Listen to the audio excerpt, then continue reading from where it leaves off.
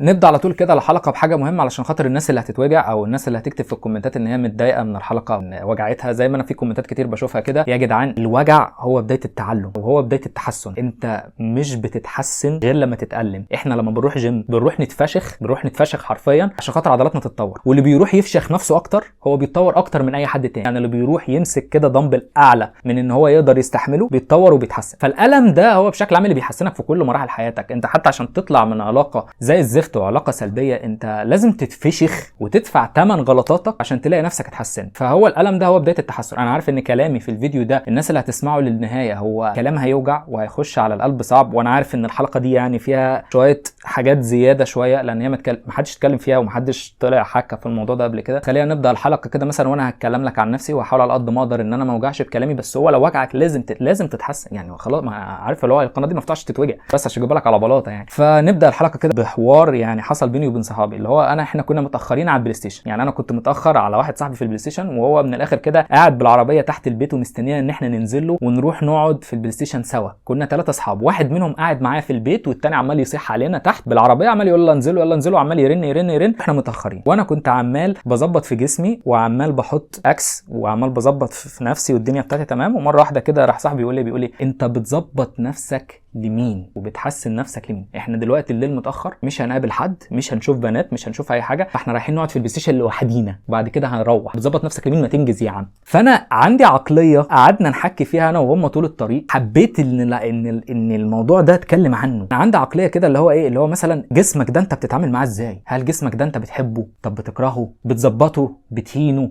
انت حاسس ان جسمك ده جزء منك ولا مش تبعك؟ حاسس ان جسمك ده بتاعك يعني ملك ليك، ولا بتتعامل معاه ان هو ايه، ولا بتتعامل معاه على اساس ايه بالظبط؟ يعني بجد والله اسال نفسك الاسئله دي ورد عليها، ولو تكتبها في ورقه وتعرف ترد عليها يعني ده شيء كويس. بس كمل الحلقه معايا عشان تفهم انا بتكلم فيه، وبعد شويه نصعد اكتر واكتر واكتر. انا عندي عقليه تجاه جسمي اتمنى يعني ولو 3 من اللي بيتفرجوا عليا يبقى عندهم نفس العقليه دي كده. خلاص انا تماما كسبت. العقليه دي انا ببص لجسمي ان هو البيت او الحاجه اللي ربنا مدهاني اللي انا هعيش فيها طول العمر.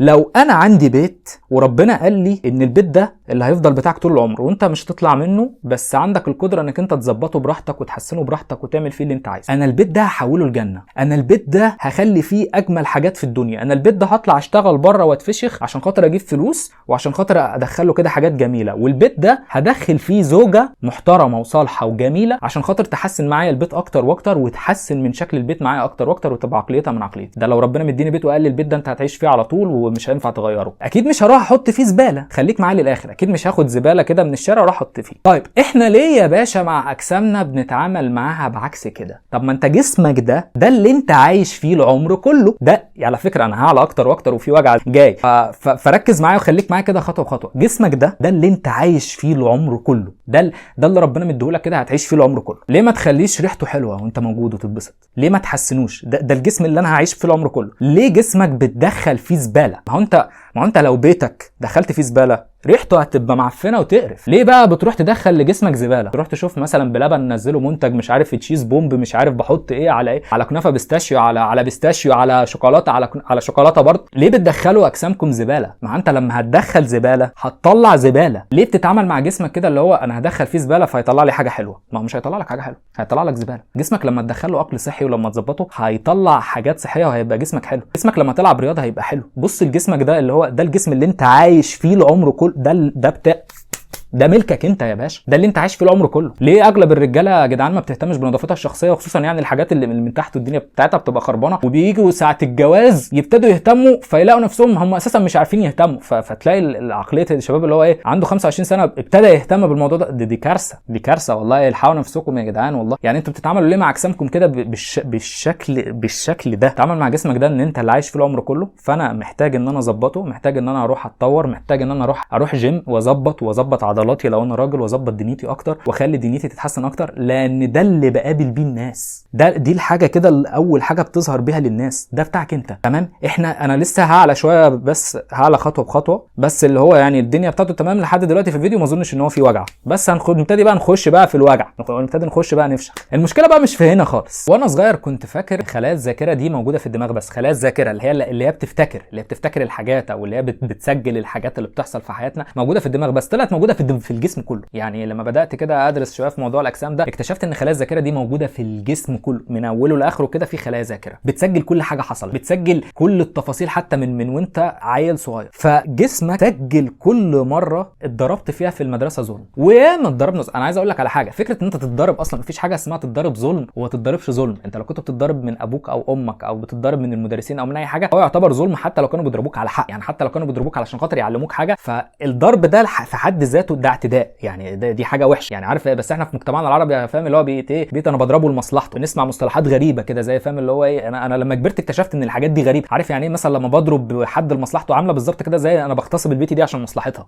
انت فاهم، انا بغتصبها عشان انا خاطر انا راجل كويس وشايف نفسي قوي وشايف نفسي هنجح، فبشكل عام عايز اخلف منها ناجحين وهي حلوه، فانا بغتصبها لمصلحتها. ده بالظبط المصطلح. والله العظيم ده شبهه بالظبط. عارف لما يجي حد يقول لك ايه انا بضربه عشان خاطر مصلحته، دي حاجه شنيعه، دي حاجه بشعه، حاجه مقرفه. تمام. فانت جسمك كل مره اتضرب فيها على ايديه ولا على رجليه ولا على اي حته بقى. المدرسين كان في مدرس والله العظيم يعني الله يمسيه بالخير، ويعني فاهم انا مش مسامحه، ده كان بيخش الفصل يا جدعان معاه جريده كده فاهم بطول كده. والله العظيم كان بيخش يدور الضرب في العيال، فاهم اللي تيجي على لا مؤاخذه واللي مش عارف ايه واللي تيجي في وش واحد بتيجي في وش العيال. يعني فاهم الواد صاحبي كان بيقعد جنبي كده فاهم معلم كده والله العظيم اقسم بالله. وانا خدتها في مره، يعني انا خدتها في مره وخدتها على ظهري كتير فاهم.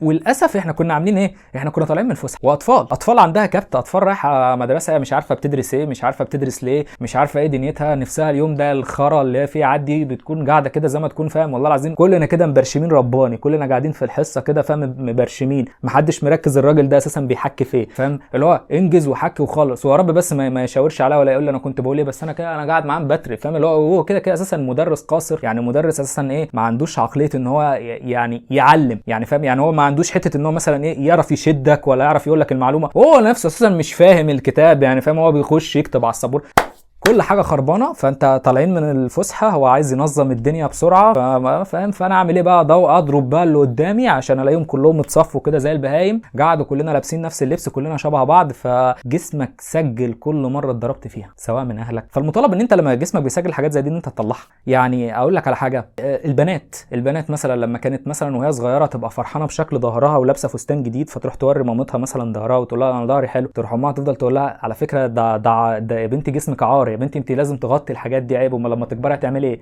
جسمها سجل الحاجات دي. جسمك فاكر مثلا كل مره كده لما انت كنت بتحب فيها واحده زباله، يعني واحده من البنات اللي هم حرفيا ان هم اليومين دول كتروا قوي، اللي هم بتتعرف عليك وتتعرف على واحد تاني وتتعرف على واحد تالت، واللي هم باسم ان كلهم اصحاب وانا هخليهم كلهم يحبوني وكلهم انا هسيطر عليهم وكلهم انا هفشخهم ولما عاوز ارتبط بواحد منهم، وممكن ما ارتبطش بس اعلقهم كلهم بيا وكلهم كده اخليهم كلهم استبناء. لو انت تعرضت للموقف ده فانت جسمك فاكر كل مره كانت بتقارنك بغيرك او كانت بتغيظك بواد تاني او كانت مثلا بتستفزك تقول لك ده شعره حلو وده جسمه حلو وده مش عارف معاه عربيه ايه. جسمك فاكر كل الكلام ده، جسمك فاكر كل الوجع، جسمك فاكر كل الاذيه، كل الحاجات اللي انت تعرضت لها من وانت صغير جسمك فاكرها ومسجلها.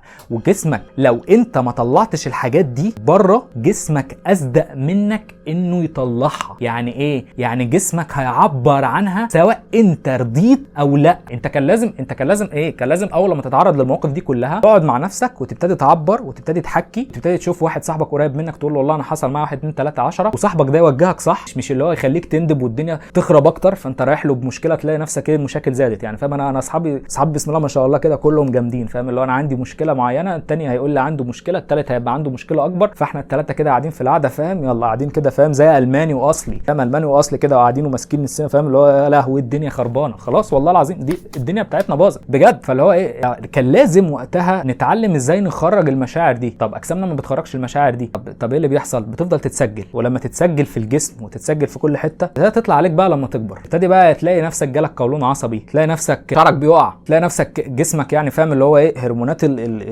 الجوع زادت فيه بشكل غبي، فبقيت بتاكل بشراهه وبغباء ومش عارف تبطل اكل وعمال تتخن اكتر، فتبص لنفسك في المرايه فتكره نفسك، فبالتالي تكون عايز تهرب. فطبعا ايه بالنسبه لك الهروب السريع طبعا فاهم مفيش حاجه غير الاكل. لو معكش فلوس تاكل، فيه هروب مخدرات، فيه لازم مخدرات سريعه، فاهم اللي هو ايه، تهربنا من الواقع اللي احنا عايشينه ده المقرف. يعني احنا عايشين واقع مقرف، فاحنا عايزين مخدرات تهربنا من الواقع اللي احنا عايشين فيه. فانا ممكن افتح النت، امسك السوشيال ميديا، اقعد اتفرج على الريلز. ده اللي هو الشخص العادي اللي هو ضايع، اللي هو بيضيع نفسه كده على الفاضي، يقعد طول اليوم يتفرج على الريلز. هو مش مدرك مثلا ان هو ضيع 8 ساعات بيتفرج على ريلز كده هبله، لحد ما حد من اصحابه يكلمه ينزل يضيع معاه وقت. ده نوع. في نوع تاني بقى اللي هو عنده المخدرات بقى، اللي هو انا يلا انا عايز اتفرج على افلام اباحيه، فاهم اللي هو يلا انا افتح لي كده فيلم بورن اقعد اتفرج عليه، فاهم. انا مش عايز اتفرج على بورن، بس انا بفتحه عشان خاطر انا عايز اهرب من الواقع، فانا لما اعمل الحاجات دي اتاثر اكتر، ودنيتي تبوظ اكتر، وعقلي يبوظ اكتر، وما اعرفش انتج في حياتي اكتر، والاقي غيري عمال بيتطور وبيتحسن، فاكتئب، فعاوز اهرب، فاروح اهرب اكتر، واروح امسك الاكل، وعقلي يسجل، وجسمي يسجل، ومش عارف، والخلايا تسجل، والدنيا بتاعتي تبوظ، والبنت اللي انا كنت بحبها وعايزها اللي هي اساسا بنت 60 كلب، وعارفه 500 واحد تاني غيري، وبتقارني بيني وبين الناس التانيه، والله اعلم هتحبني وهتكمل معايا ولا لا، تلاقيها سابتك وراحت لواحد تاني، انت تبص على الواد التاني، تخش عليه وتفضل تسرش عليه وتشوف ايه دي. ولو بنت نفس النظام، يعني انا بتكلم كده فاهم كرجاله وبنات، والعكس بقى مع بعضيكوا، يعني فاهم اللي هو ايه، تخش انت تدور على الواد، تشوف الواد، ده الواد معاه عربيه، ده الواد ابوه جايب له، الواد ابوه عامل له، وانا ما عنديش، فتبتدي تبص نفسك في المرايه، ايه القرف ده، تبتدي تبص لاهلك وابوك، ايه القرف اللي انت فيه ده يا حاج، الدنيا بتاعتنا خربانه، فدنيتك تبوظ اكتر واكتر يا باشا، الدنيا بتاعتك تبوظ، الدنيا بتاعتك تخرب. ايه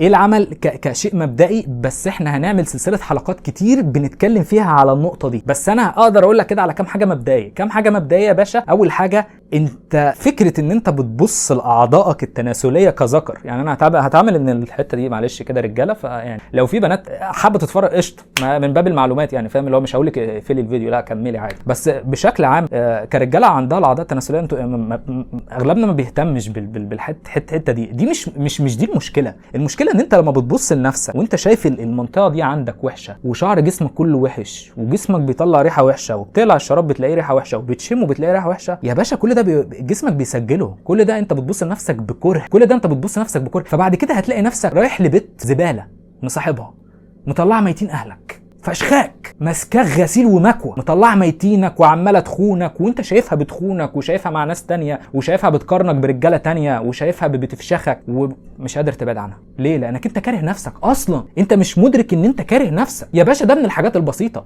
انت مش مدرك، انت مش واعي، انت الكلام اللي اتقالك من اهلك والحاجات اللي وصلت لك وجسمك سجلها طول عمره، فضل يسجلها لدرجه ان انت حتى نفسك بتقلع الشراب تلاقي ريحته معفنه، اللي هو بالنسبه لك عادي، انا هلبسه تاني يوم تاني وهيعفن تاني، فاهم. اجي على البوكسر يا باشا، بص راح الاقي في هنا فاهم غابات استوائيه عادي بالنسبه لي، فاهم، ابص لها كده وابص لنفسي، واللي هو تعود على المنظر ده االفه. فكره ان انا االف ان انا جسمي فيه حاجات وحشه، ده بيخليني، ده بيدل على حاجات كتير قوي غير ان انت معفن. يعني يا ريتك معفن، كنا نضفناك يا سيدي وعرفنا الحاجات وخلاص وحليناها، ما تزعلش ان انت اخويا، يعني فاهم، احنا اخوات مع بعض، كنا نضفنا وخلصنا الدنيا، فاهم، نتفرج على مكاوي كيف تنضف حماده، فاهم، في 3 خطوات باين، خلاص نخلص الدني 3 خطوات وخلصت. انما المشكله اكبر من كده، المشكله ان انت بتكره نفسك. طب لما تكره نفسك بتبتدي تجذب لحياتك اشكال بنت 60 كلب، بتبتدي تجذب لحياتك بنات زباله حقيره، وتبتدي انت تجذبر لنفسك عيال ما تعرفش لا دين ولا اخلاق ولا مله ولا يفهموا يعني ايه دين ولا علاقات ولا حاجه،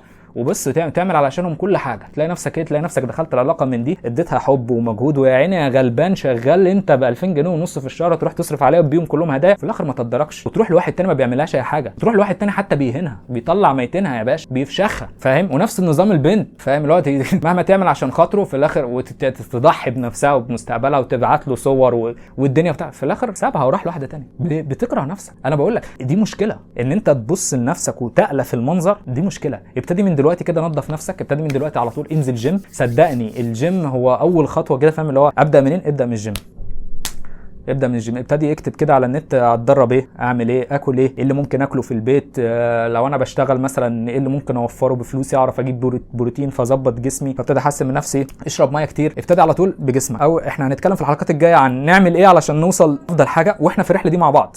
يعني انا زيك، انا ما زلت لحد النهارده بغلط، وما زلت لحد النهارده بتعلم، وما زلت لحد النهارده عمال بخش في حاجات جديده. فاول خطوه جيم، نظف نفسك، جيم، نظف نفسك، مش شرط تشتري اكس، مش شرط تشتري اي حاجه عاليه، ابتدي نظف جسمك، ابتدي بص له بصه تانية، ابتدي بص له بحب، ابتدي بص له بحب. ده اللي انا هعيش فيه، فانا هبتدي بقى احسنه. خلاص انا دلوقتي صحيت من النوم لقيت البيت بتاعنا كله زباله وكله غرقان ميه مجاري، ميه المجاري ضربت فيه، هسيبه وامشي؟ لا، ما خلاص، ما ده اللي لبسناه، ده اللي احنا عايشين فيه العمر كله. خلاص يا باشا، هنعمل ايه؟ ابتدي اشوف احسنه ازاي، ابتدي اظبط، اشوف هحسن فيه ايه، هظبط فيه ايه. دي اول خطوه. خلي اول خطوه كده الجيم، وان انت تنظف نفسك. والحلقات الجايه نتكلم كتير، وصدقني انت حتى لو في علاقه مؤذيه خليك فيها بجد، اعمل الكلام اللي انا بقوله، ومع الوقت هتوصل لمرحله ان انت بتبص للعلاقات المؤذيه والبنات الزباله والحاجات اللي في حياتك دي، انتوا ناس حقيره. انا غلطان ان انا ضيعت وقتي مع اشكال زباله بجد. انا هوصلك للنظره دي يعني، ان شاء الله ربنا يجعلني سبب في ان انا اوصل ناس كتير لنقطه ان هو يبص للعلاقات المؤذيه في حياته، اللي هو ايه القرف اللي انا كنت فيه ده، ايه العفانه دي، ازاي انا كنت قابل ميتين، ازاي انا كنت بحب الاشكال الزباله دي، فاهم؟ فنقفل على كده ونتقابل تاني بعدين.